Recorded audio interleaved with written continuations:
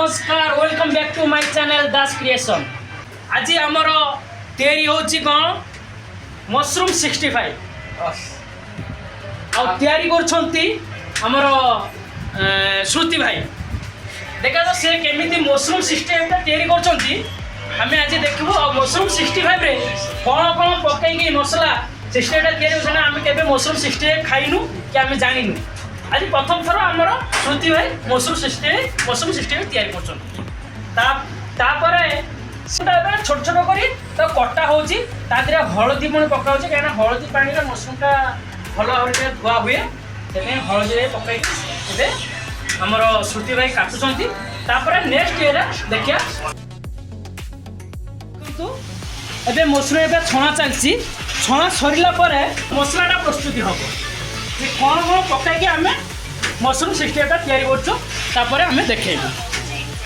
Mushroom 65 आम नहीं tomato तापर पियाज तापर कंचा लंका तापर आम नहीं अदा रसुण पेस्ट आनीचु कहीं आमर जो अदा रसुण छेचा मसला तैयारी करने आम पाखे से जिनिस ना हमदस्त जिनटा ना से आम पेस्ट आनीचु। आम कौन करूँ आगे आम पियाजटा पकईलु तेल तेल पकड़ा कम से कम बादामी रंग हवा पर्यंत आम तो गरम तेल भाजी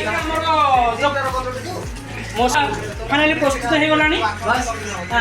एथर आम मशरूम मसला सहित ऐड करी 5 मिनिट पर आमर मशरूम 65 पूरा रेडी ओके रेडी हो मशरूम 65 आमर पूरा रेडी हो 5 मिनिट पर।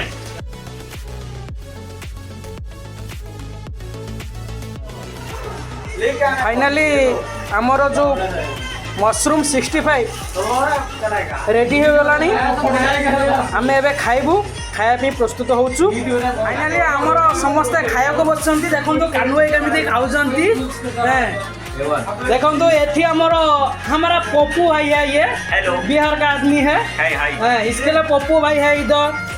इधर हमारा श्रुति भाई है आओ एठी समस्त देखो तो खाया को बसंती ए मुँह देखो ना ए मंटू आमर ए मुँह देख बस खूब भालोबासी ये है पनीर 65 ये है मशरूम 65 ये है मशरूम 65।